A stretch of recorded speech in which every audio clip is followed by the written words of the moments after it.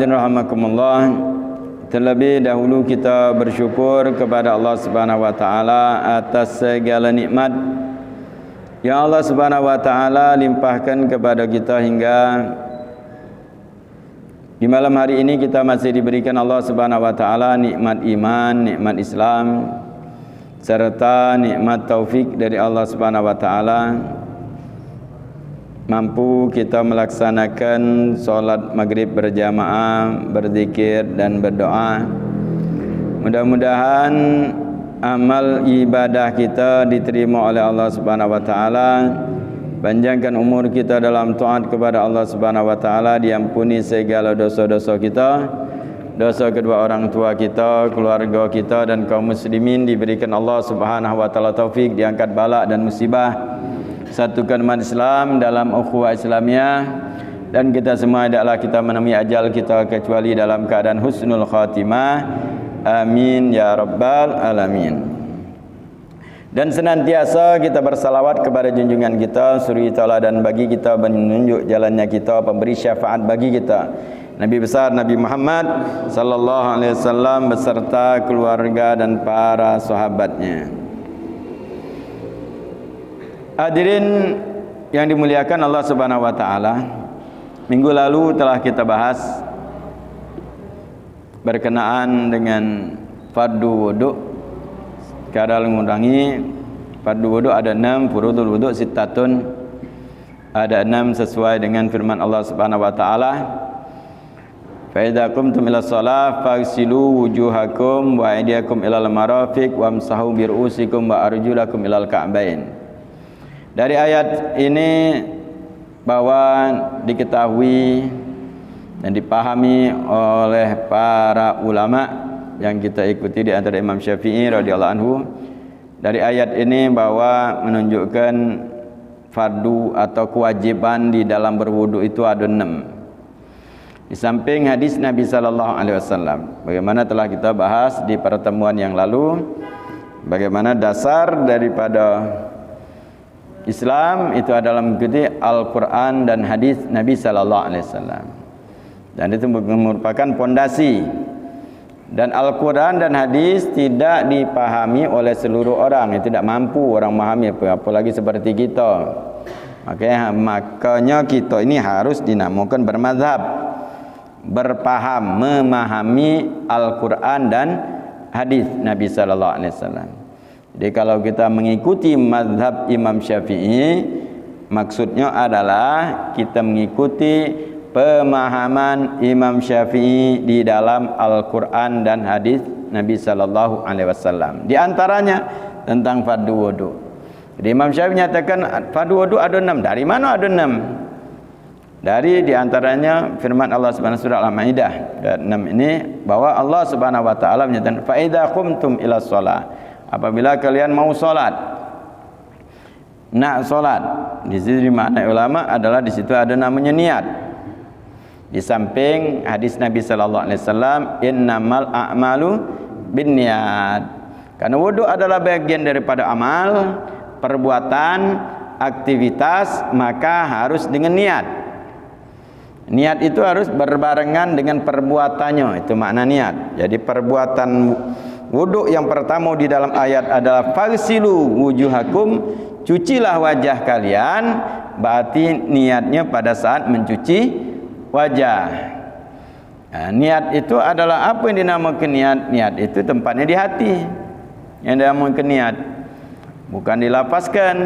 Lafaz itu hanya untuk membantu hati. Jadi niatnya nawaitul wudu, aku berniat berwudu. Jadi secara benar otomatis kita itu niat ya wudu. Pada saat nyuci muka kita ingat wudu. Lain kalau misalnya kita niat lain. Karena nyuci muka itu tergantung wong yang nyucinya, tergantung niatnya. Ada nak ingin kena air, nyuci muka juga dia. Ada nak membersihkan mungkin dari bedak, bukannya wudu dia, bersihkan baik. Cuma sekadar nyuci muka, tidak ada niat wudu, dah apa-apa. Maka kan bagus. Di antara pengobatan sekarang ini ada namanya pengobatan terapi. Pertama di dalam penyakit, ada nyatakan penyakit kanker kulit. Terapinya apa? Nyuci muka.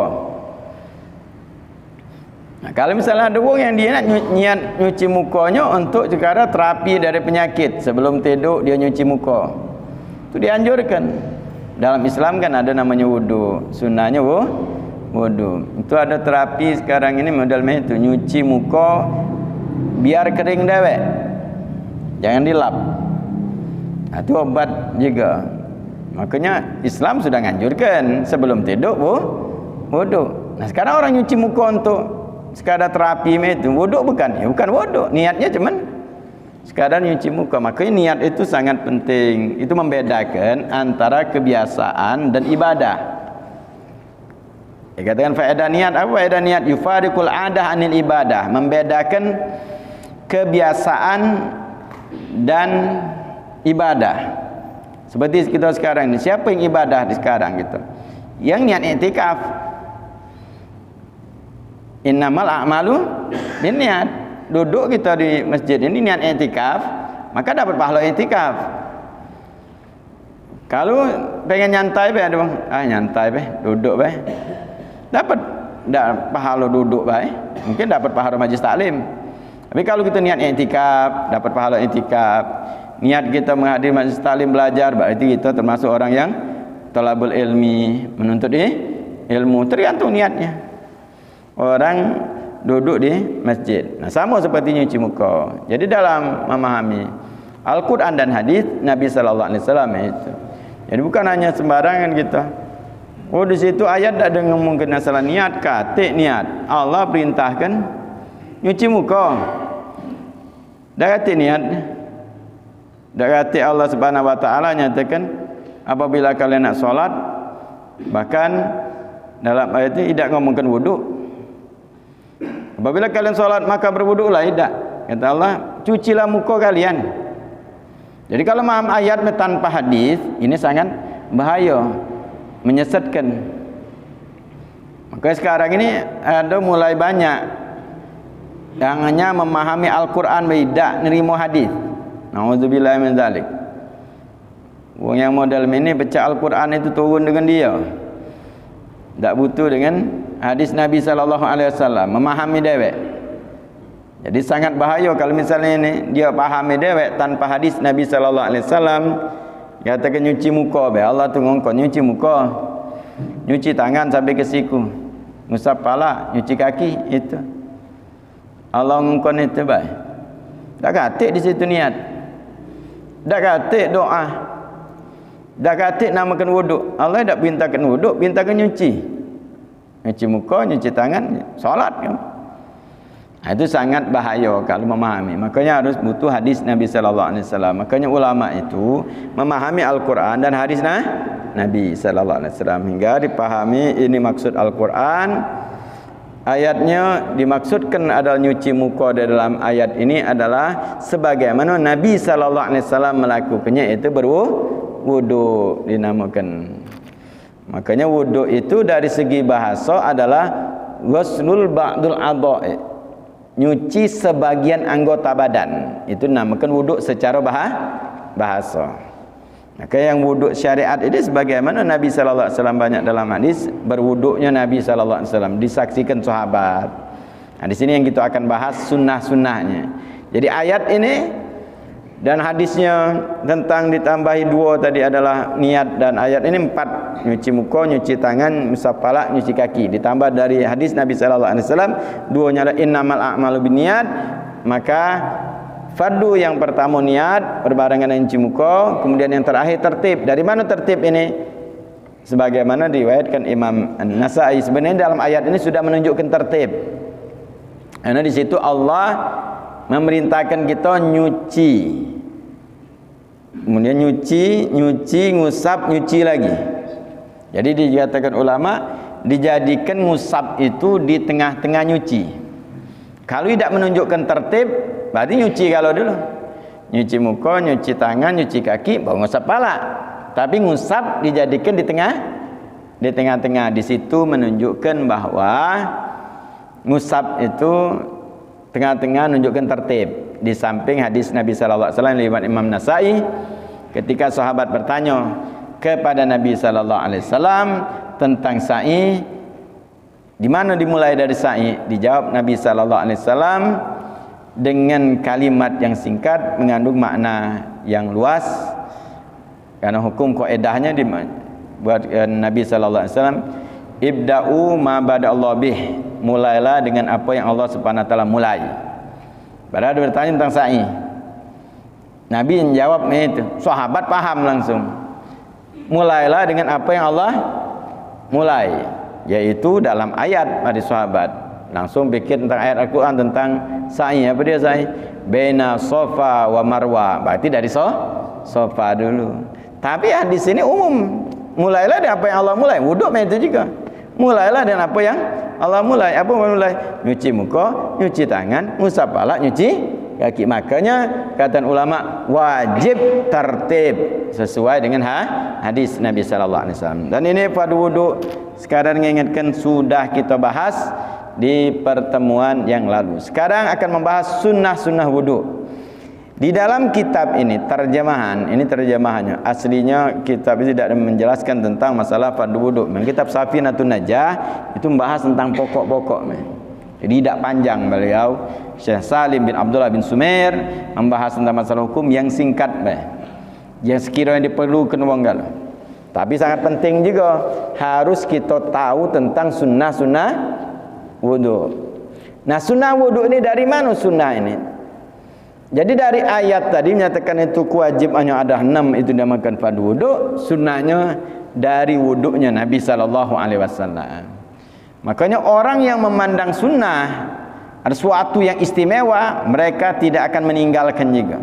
Maka para salaf kita, para ulama-ulama terdahulu seperti Imam Syafi'i, imam-imam yang lain, Imam Malik, Imam Abu Hanifah, Muhammad bin Hambal, mereka di dalam beramalnya sama, karena mereka memandang sunnah itu ada suatu yang istimewa.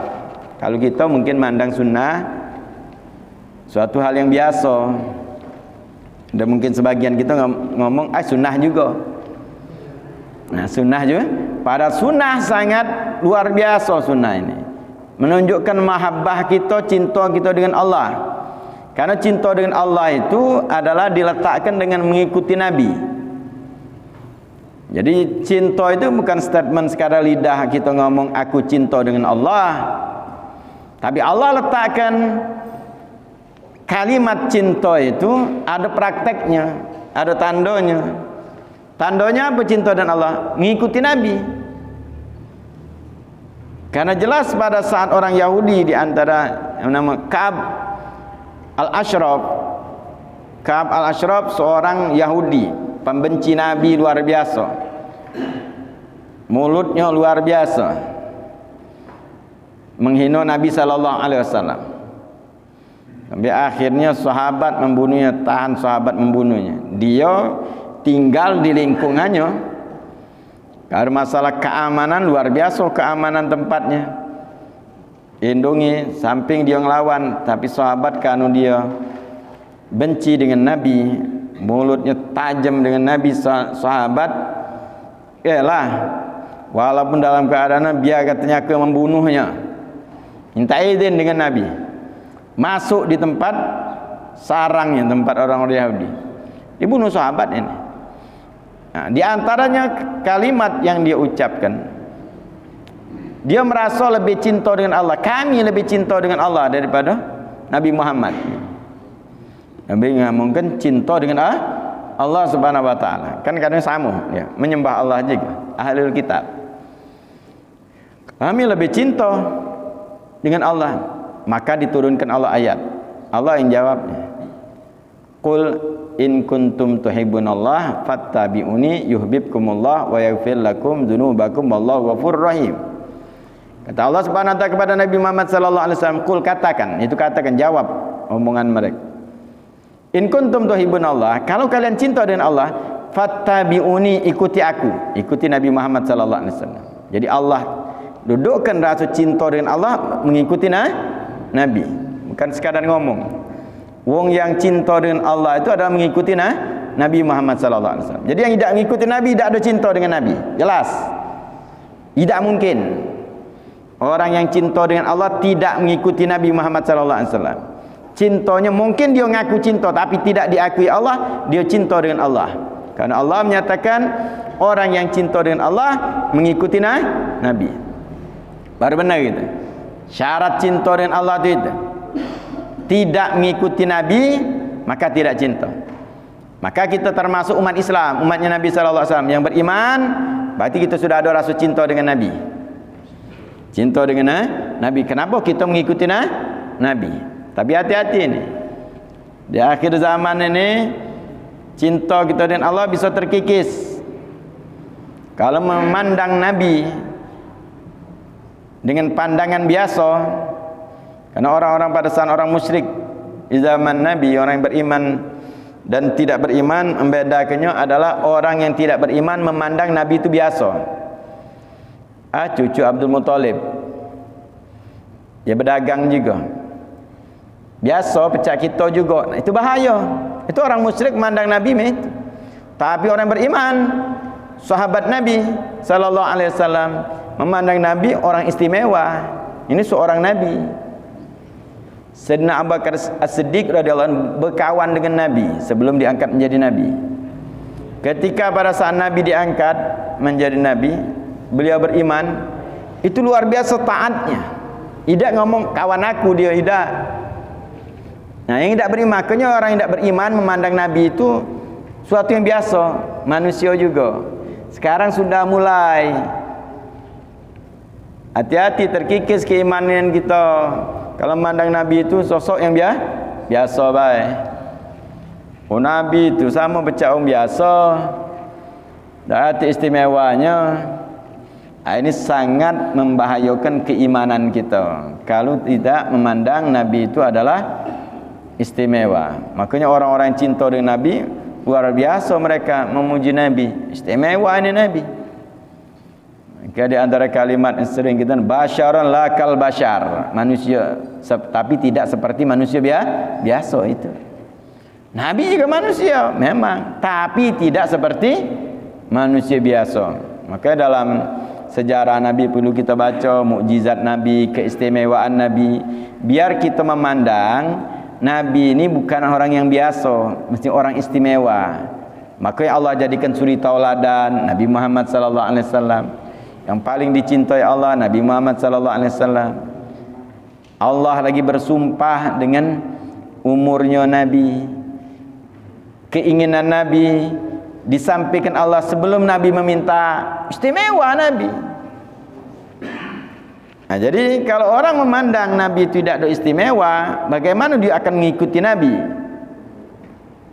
Itu yang sekarang ini, supaya Nabi dianggap biasa. Mana kita nak mengikuti? Kita mengikuti itu memandang istimewa.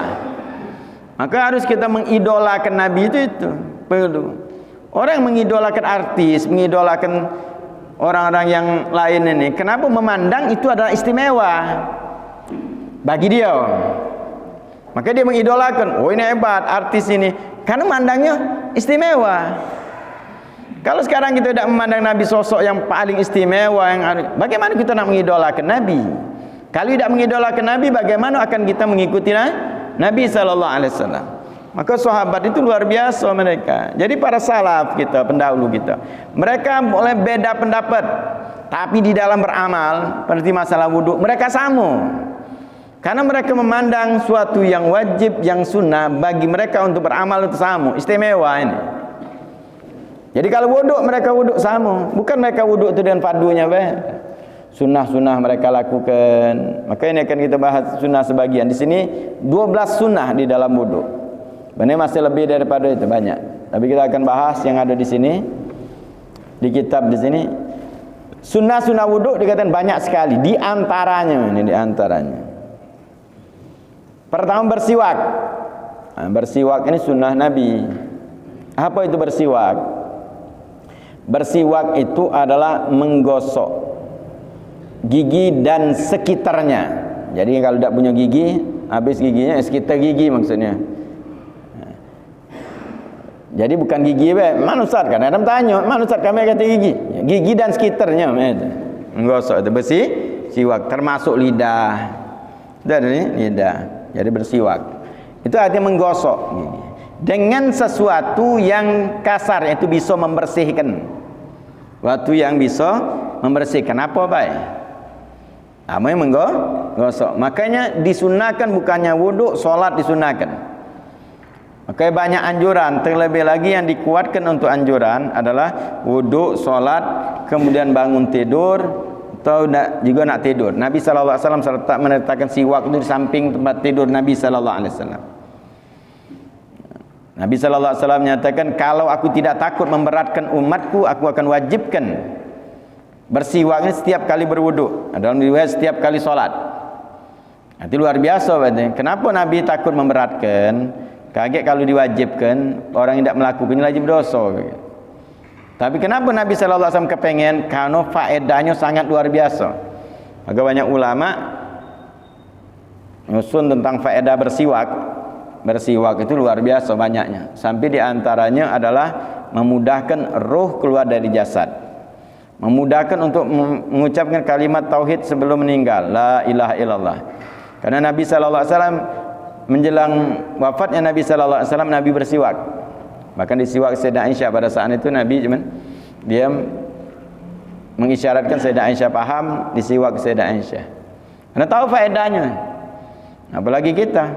Nah, yang paling afdal siwak itu adalah kayu arok. Jadi kalau ini dinamakan ini kayu arok ini. Tapi mutlak sekarang ini ya siwak.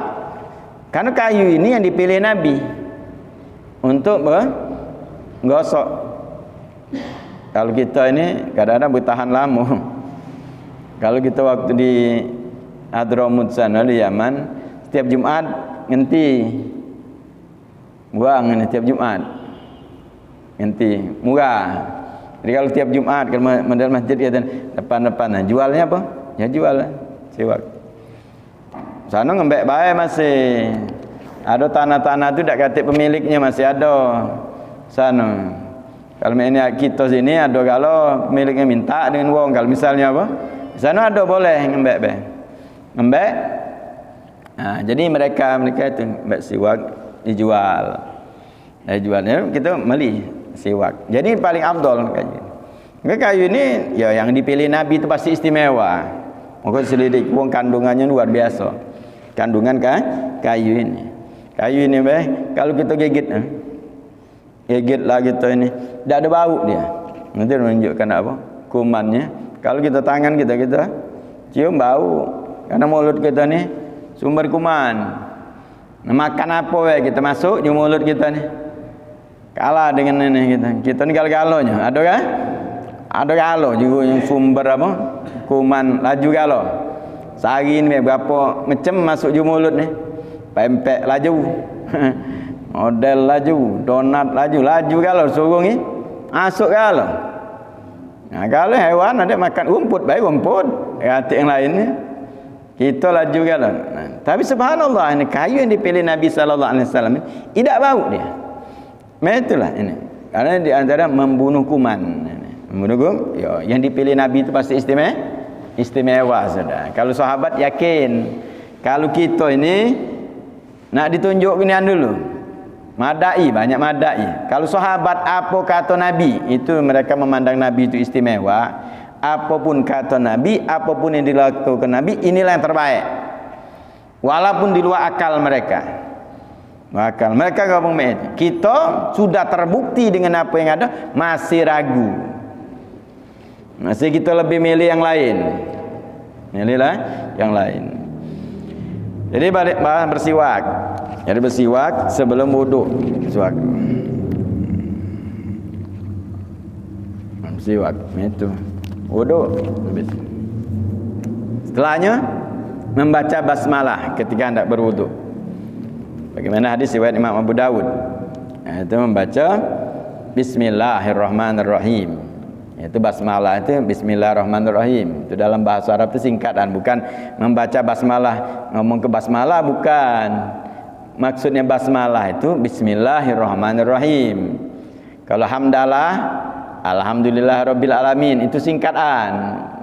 Marilah kita membaca hamdalah, hamdalah, bukan Alhamdulillah. Maksudnya itu singkatan dalam bahasa Arab. Kadang-kadang bertanya itu ngapa basmalah itu salah apa nih? Bismillah. Itu maksudnya basmalah itu Bismillahirrahmanirrahim. Kalau hamdalah alhamdulillah rabbil alamin. Hauqalah, la haula wala quwata illa billah, itu namanya singkatan. Tasbih itu subhanallah, takbir Allahu akbar, itu. Jadi membaca bismillahirrahmanirrahim kalau di luar WC. Orang banyak kadang-kadang wuduk di WC sah tak sah wuduknya, tapi banyak fadail, keutamaan hilang. Terutama masalah zikir ini tak baca kita. Juati baik bismillahirrahmanirrahimnya. Tapi kalau di luar baca bismillahirrahmanirrahim. Juga doa-doanya kita lewat kadang-kadang kalau kita dalam WC. Sah-sah tapi mengurangi keutamaannya. Jadi baca bismillahirrahmanirrahim kalau di luar WC. Kemudian membasuh kedua telapak tangan. Yang telapak tangan. Bagaimana kemarin sulit menjelaskan tentang telapak tangan ini. Karena bahasa Indonesia kita ini kalau telapak tangan, mana telapak tangan? Jadi dalam bahasa kaf. Jadi kalau dalam bahasa Arab ini adalah ghuslul kafain, mencuci kafain, dua kaf telapak tangan. Maksud telapak tangan nyuci ini depan belakang habis ini nah. Bukan depannya baik. Jadi kalau kita bahasa Indonesia apa dia ini? Kalau depannya apa? Telapak tangan, belakangnya. Ini juga. Jadi kalau dalam bahasa makanya sulit kadang-kadang menjelaskan, maka dengan bahasa kita makanya harus bertemu me'tinian. Kalau kita baca ini telapak tangan. Sesip kalau ngerti gini membasuh kedua telapak tangan, berarti masuk sini baik. Telapak tangan ini. Nyuci telapak tangan depan belakang. Jadi kalau dalam bahasa Arab itu lengkap sebenarnya. Kalau akan jelaskan kalau depan ini baik. Di sini namanya batnul kaf. Ini baik. Di sini namanya butunul asabi. Perut jari-jari. Sini ru'usul asabi, beda-beda. Kalau yang galo-galo ini sampai sini ini namanya kaf. Dua ikut kafain. Nah, jadi kalau nyuci di sini, nyuci dalam sunnah wudu sini. Nyuci. Depan belakang. Itu. Kedua telapak tangan nyuci. Ini langsung cuci. Di antara faedahnya nih kita nyuci telapak tangan ini biar kita ngasuhkan dulu banyu tu panas apa tidak. Itu yang nyuci. Makanya kalau misal kita kerai sisip banyu tu panas laju kayak gitu. Jadi ini di antaranya itu nyuci tangan. Di samping itu juga terutama pada saat kita bangun tidur dianjurkan nyuci tangan karena pada saat kita tidur tangan kita ni tak tahu ke mana. Masuk ke mana-mana kotor, maka cuci. Bahkan dianjurkan kalau kita nak berwudu dalam bak nyelup tangan kita, nyuci tangannya di luar dulu. Cuci tangan di luar. Kalau misalnya kita wudunya dalam bak langsung wudunya. Jadi nyuci tangannya di luar. Ya sudah, tangannya di luar. 3 kali cuci. Kemudian kalau di sini yang keempat langsung menghirup air ke hidung. Ya mesti kumur-kumur dulu. Makanya kan di sini sebagian. Madmadah mesti madmadah tu kumur-kumur. Kumur. Sebagian ada nyatakan wajib kumur-kumur.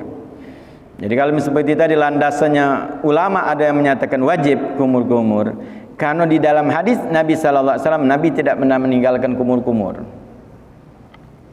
Sampai makanya landasannya itu kumur-kumur ini ada hadisnya Nabi berkumur-kumur ketika wudu. Tapi ini sunnah tetap dalam mazhab Syafi'i sunnah karena ayat tadi nyatakan tidak ada kumur-kumurnya. Tapi Nabi wudunya kumur-kumur sampai dikatakan Sayyidina Utsman mempraktekkan ini dengan sunnah-sunnahnya wudu itu sampai selesai beliau berwudu beliau menyatakan ini wudu Nabi sallallahu alaihi wasallam yang aku saksikan. Ketika orang menyaksikan inilah wudu Nabi. Tadi siwak, cuci tangan kumur-kumur 3 kali. Kemudian istinsyak itu menghidupkan air ke hidung. Menghidupkan, keluarkan. Banyu ini isap itu nama istinsyak. Dikeluarkan pakai tangan, isap keluarkan. Ini nama istinsar. Jadi 3 kali. Keluarkan. Jadi dihisap masuk. Karena sini juga bersih kan.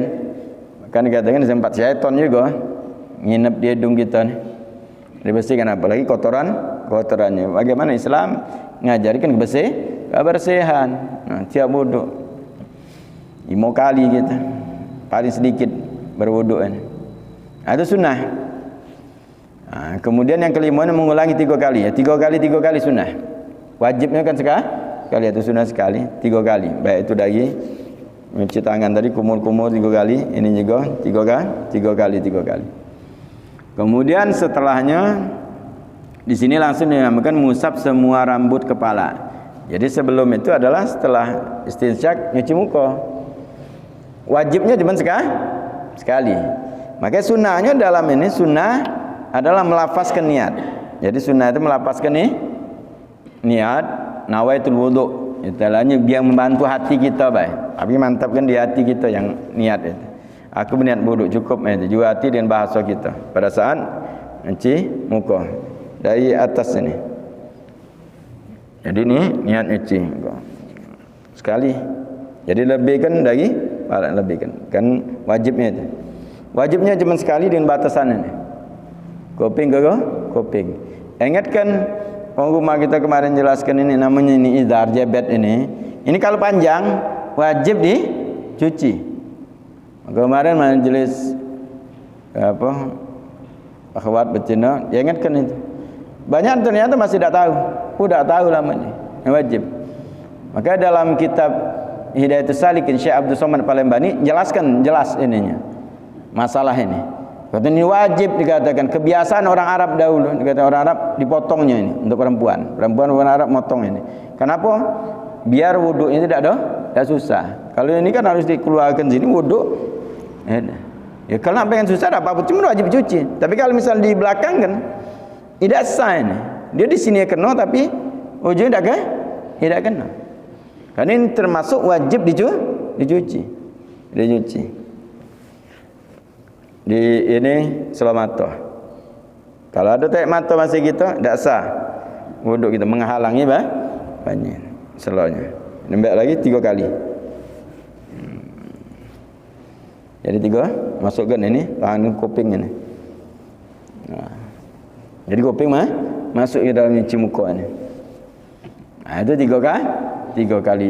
Wajibnya cuma sekali. Sunnahnya 3 kali. Setelah itu kemudian nyuci tangan. Kalau di sini sebutkan langsung rambut. Tangan dulu. Tangan bagaimana wajibnya sampai ke siku. Disunnahkan sampai ke lengannya atau sampai ke bahu, lebihkan dari batas wajib cuci tangan. Dalam ayat tadi nyatakan adalah fasilu aidakum ila marafiq siku. Cucilah dari tangan kalian sampai ke siku. Makanya masalah abdoliyahnya, yang mana abdol dari jari dulu ke siku apa dari siku ke jari? Ada nyatakan mutlak abdolnya adalah dari jari ke siku. Jadi itu. Ada yang nyatakan kalau disiram seperti Imam Romli. Kalau disiram seperti maki keranan itu termasuk disiram. Jadi kalau nyelupkan di situ. Kalau ngembek juga, ngaup juga dengan dari ujung jari. Nah, tapi kalau maki keranan Imam Romli nyatakan abdolnya dari biar mudah. Mudah. Tapi terserah kita. Yang penting intinya dari ujung jari sampai ke siku. Nah, sunnah-sunnahnya digosok. Jadi sebagaimana kemarin jelaskan Imam Syafi'i nyatakan nyuci itu yang penting aliri banyu. Nyuci namanya. Tapi Imam Malik nyatakan tidak sambil gosok ada. Jadi kalau misalnya mazhab Imam Syafi'i wudu nyiram itu sah. Imam Malik tidak dosa itu nyiram. Tidak. Kenapa? Tidak nama kenyuci itu. Nama kenyuci itu nyiram sambil gosok. Karena Nabi wuduknya itu. Imam Malik. Jadi itu tidak sah. Tapi kalau dalam mazhab Imam Syafi'i sah. Jadi nyiram itu. Tapi sebagusnya Imam Syafi'i wuduknya menggosok. Sambil menggosok. Maka sunnahnya sambil menggosok. Kemudian diseloi-seloi jarinya. Seloi ya. Jarinya mana nyeloi. kan gosok juga. Tangan kiri main sama selesai. Cincin ada gerak-gerak kan kalau yang longgar. Tapi kalau yang apa? Lekatnya tu buka sudah, ganti cincin baru. Lah ini kenapa kalau rapatnya itu karena tak ada kena dalamnya. Ini hati-hati kita pakai cincin yang doyan pakai cincin. Hati-hati kalau sudah apa? Lengketnya itu dan tak ada kena, apalagi yang model lengketnya ini pasnya badan nyiram pula main ni beh. Dah kena ini dah nama. Dah masuk je kan. Kalau dikit ini dah kena dah sah. Wuduknya dah ada? Dah sah. Ini. Kalau yang kuku panjang terserah anak mak ini.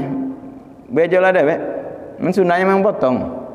Kalau masa berdosa ya dah berdosa, tapi itulah tadi wuduknya bejol lah. Harus masuk ke je.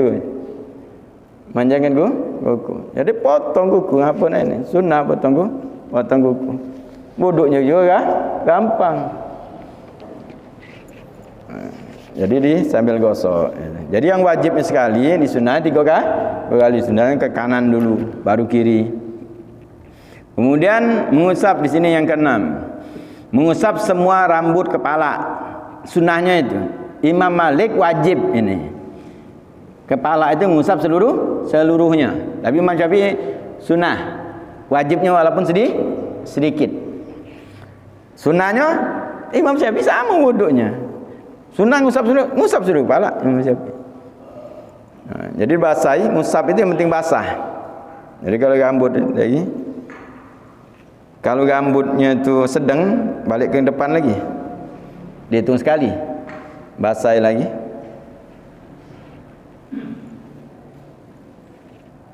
Tiga kali. Kalau rambutnya botak atau tumbuh dikit atau panjang nian cak betina, cukup dari depan ke belakang weh. Dianggap sekali. Ada lagi. Jadi itu caranya.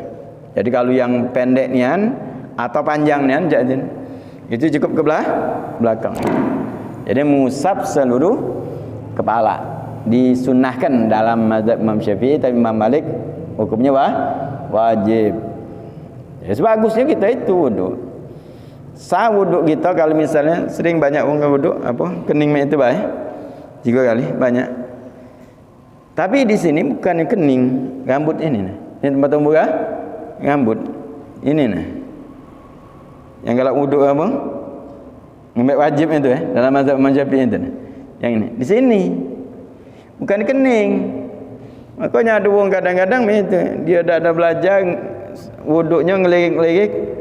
Yang ada orang Nih kening sini dah ada sah, bukan kepala, kena rambut, tempat tumbuh rambut ini. Ada orang kadang-kadang itu. Nah dulu pernah kadang-kadang itu dah tadi kewajiban kita ni nyampaikan itu. Ya kewajiban kita ketika kita tahu. Kadang-kadang banyak tahu ni juga timbul jadi berat. Makanya kita ni bergaul boleh banyak bergaul, tapi harus siap untuk negor, siap untuk tahu. Jangan kita keladasan banyak bergaul, tapi kawan tak solat kita diam baik, tuntutnya kamu di hari kiamat. Kawan baik di dunia ini teko kita mayarinya terus. Banyak kita mayarinya, di hari kiamat tuntutnya pula. Ada salah berkawan ini. Pelit dia. Lokak berjalan kita terus mayari. Solat tidak dia. Sudahlah tak salah berkawan dengan orang ini. Di dunia kita teko mayari dia terus, di akhirat tuntutnya. Ngapa kau? Tidak tunjuk tahu aku tak solat, tuntutnya. Ya Allah dia aku tak solat, diam ke apa? Makanya tak salah berkawan.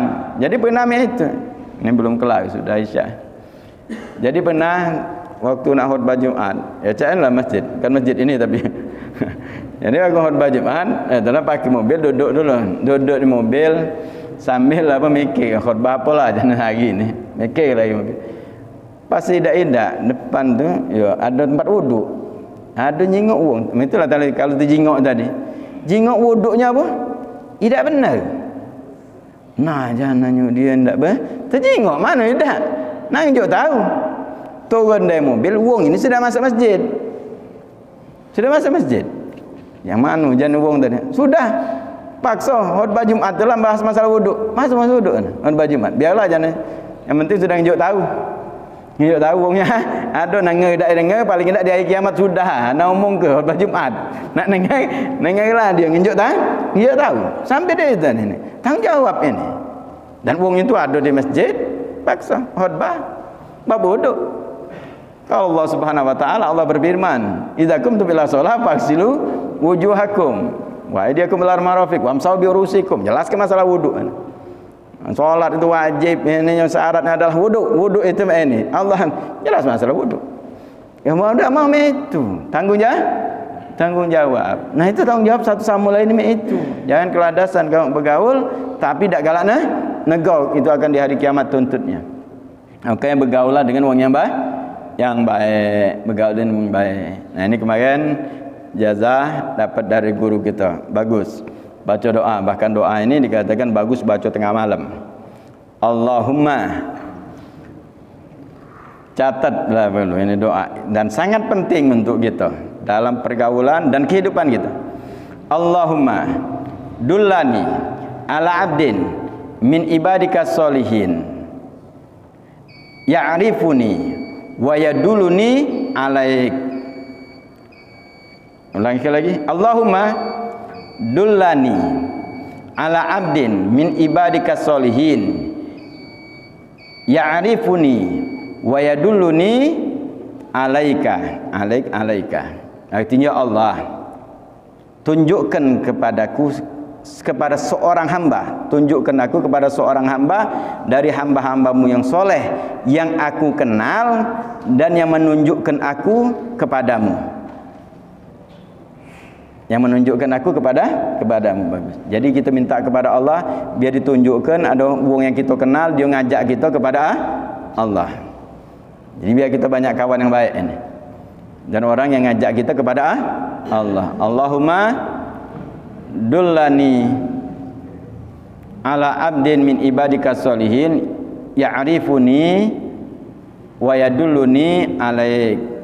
Jadi kenal dengan aku dan menunjukkan aku kepada engkau, ngajak untuk taat kepada Allah. Mudah-mudahan Allah Subhanahu wa taala berkahi kita, Allah Subhanahu wa taala sampaikan hajat-hajat kita dan Allah Subhanahu wa taala berikan kepada kita yang terbaik dunia dan akhirat. Rabbana taqabbal minna innaka antas samiul alim wa tub alaina innaka antat tawwabur rahim. Sallallahu alaihi wasallam Muhammadin nabiyil ummi wa ala alihi wasallam. Alhamdulillahirabbil alamin. Assalamualaikum warahmatullahi wabarakatuh.